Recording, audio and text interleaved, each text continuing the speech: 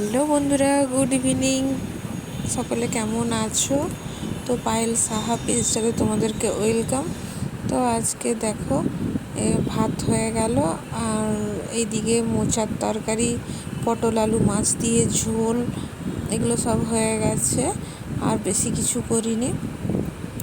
আর এখানে আমি ফোনে দেখেছিলাম বেগুন ভর্তাটা একটু অন্যরকম করেছিল, তাই সেরকমই একটু করার চেষ্টা করলাম। এই যে মোচা করেছি, দুজন মানুষ তাই অল্প করেই করেছি। তিনজন রাই খাবে, আর আমাদের এই তিনজনেরই মাছের ঝোল করেছি অল্প করে। তো বেগুন ভর্তাটা এত ভালো খেতে হয়েছিল কি বলবো। তো বেগুনের ছালগুলো ছাড়িয়ে নিয়েছিল দেখেছিলাম, তাই আমিও বেগুনের ছালগুলো ছাড়িয়ে নিলাম। আর আধখানা টমেটো নিয়েছি, কারণ আমার বেগুনের পরিমাণটা খুবই অল্প ছিল, তাই আমি আধখানা টমেটো নিয়েছি। আর তোমরা অনেকটা বেগুন দিয়ে করলে তোমরা পরিমাণ মতো টমেটোও নিবে। আর একটা কাঁচা লঙ্কা নিয়েছি, পেঁয়াজ কুচি, আর 4-5 কোয়া রসুন। আমি 4 কোয়া রসুন নিয়েছিলাম। তো প্রথমে তেলে একটু লবণ দিয়ে হলুদ দিয়ে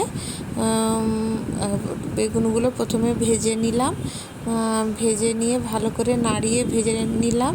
তোমরাও এই রকম বেগুন ভর্তা করতে পারো, খুবই সুন্দর লাগবে খেতে। এটা আমরা বেগুন পুড়িয়েও খেয়েছি, বেগুন ভেজে পেঁয়াজ লঙ্কা দিয়ে চটকেও খেয়েছি। আর এটা টমেটোর সঙ্গে বেগুনটা দারুণ লাগছিলো, আর তার উপরে রসুন পড়েছিল। দিয়ে বেগুনটা আমি ভালো করে লাল লাল করে ভেজে নিচ্ছি। তো ভেজে নেওয়ার পরে এই যে রসুন টসুন সব নিয়েছি। তো আমি ফোন ঘাঁটতে ঘাঁটতে ভিডিওটা পেলাম, ভিডিওটা দেখে আমার খুব ভালো লাগলো, তাই ভাবলাম বানিয়ে ফেলি আজকে। অনেকগুলো বেগুন বাজার থেকে এনেছে তোমাদের দাদা, তাহলে ওই বেগুনের ভর্তা করি, আর না হলে মাছের তেলে বেগুন দিয়ে মাছের তেল করি, তো ভালোই লাগে খেতে। তো বেগুনগুলো ভাজা হয়ে এসছে প্রায়, একটু আমি খুন্তি দিয়ে সবগুলো করে নিব। আর দেখো মাছ ভাজতে গিয়ে আজকে কড়াটার কি অবস্থা হয়েছে। তো মাছ ভাজছিলাম, ভাজতে ভাজতে শ্বশুরমশাই ডাকলো, দৌড়ে চলে গেলাম।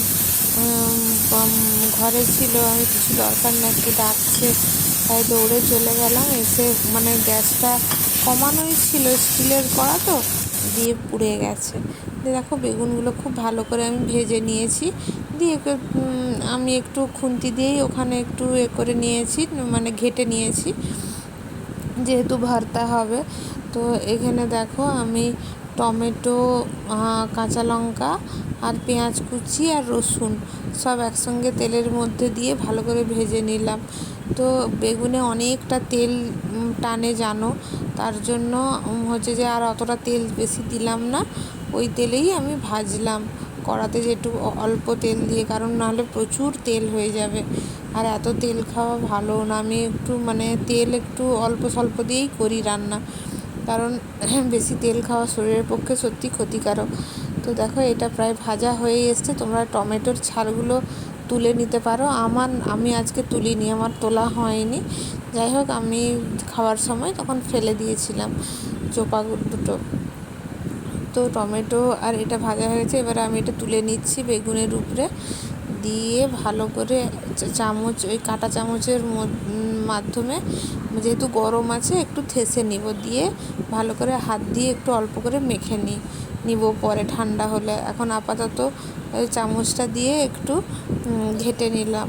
তারপরে এটা হয়ে যাওয়ার পর তারপরে কড়াইটা চাপানাই আছে, অল্প তেল আছে কড়াইতে। আমি আর তেল লাগবে না, ওই তেলেই দেখো সমস্ত ভাজা হয়ে যাচ্ছে। আর দেখেছো কত তেল। তো একটু তেলের মধ্যে কালো জিরা দিয়ে দিলাম, কালো জিরাটা একটু ভাজা ভাজা হয়ে এসছে। তারপরে আমি একটু গন্ধ গন্ধ ছাড়বে, কালো জিরার যে স্মেলটা সুন্দর, সেটা একটু ছাড়বে। তখনই ওই বেগুন ভর্তাটা আবার দিয়ে দিব কড়াইতে, দিয়ে কালো জিরার সঙ্গে ভালো করে কষিয়ে নাড়িয়ে নিব। দিয়ে নাড়িয়ে একটু ভাজা ভাজা হয়ে গেল, এরপর রান্না প্রায় হয়ে গেল। দিয়ে আমি বেগুনের ভর্তাটা নামিয়ে নিব। খেতে কিন্তু অসাধারণ লাগে। রসুনটা পড়ে তো, পেঁয়াজ রসুন কাঁচা লঙ্কা, দেখো কি সুন্দর, কত তেল দেখো ছেড়েছে, কি সুন্দর হয়েছে, কি বলবো আর তোমাদেরকে, এত সুন্দর খেতে। আর পরিমাণ মতো লবণটা ঠিকঠাক দিবে, দেখবে খেতে অসাধারণ, এত টেস্টি। আজকে তোমাদের দাদা খুব তৃপ্তি করে খেয়েছে গো। আজকে মাছের ঝোলটাও মানে রস করেছিলাম, এটাও খুব ভালো হয়েছে, মোচাটাও খুব সুন্দর হয়েছে। আমি ভাবতে পারিনি চিংড়ি মাছ আর ছোলা আজকে দিইনি, নারকেল দিই এইসব দিইনি, কিন্তু খুব ভালো হয়েছে। একটু ঘি দিয়েছিলাম অবশ্য, তো খুব ভালোভাবে মানে গরম মশলা দিয়েছিলাম, গোটা গরম মশলা, ঘি দিয়েই মোচাটা করেছি। একটু আলু কুচি দিয়েছিলাম। তো ভিডিওটা কেমন লাগলো অবশ্যই কমেন্টের মাধ্যমে জানাবে। তো বাই।